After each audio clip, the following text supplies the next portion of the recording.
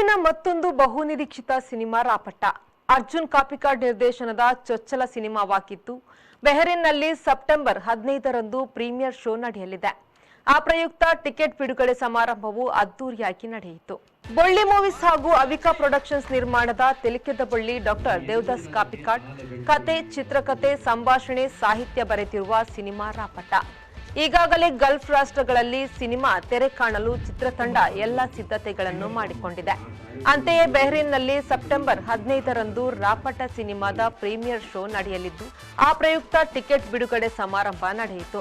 Tulu cinema ರಂಗದ ಇತಿಹಾಸದಲ್ಲಿ ಮೊಟ್ಟಮೊದಲ ಬಾರಿಗೆ ಪ್ರೀಮಿಯರ್ ಶೋದ ಟಿಕೆಟ್ ಅನ್ನು ಬೆಹರಿನ್ನಲ್ಲಿ ಅದ್ದೂರಿಯಾಗಿ ಬಿಡುಗಡೆಗೊಳಿಸಿದ್ದಾರೆ.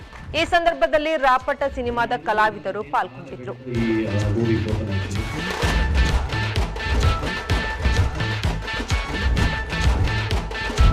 ಸೆಪ್ಟೆಂಬರ್ 15ರಂದು ಪ್ರೀಮಿಯರ್ ಶೋ ಮುಗಿಸಿದೆ. ಆ ಕಾರ್ಯಕ್ರಮ ಮುಗಿಯುವುದು ನಿಜವಾದ ರಾಪಟ ಮುಗಿಯುವ ಬಲೆ.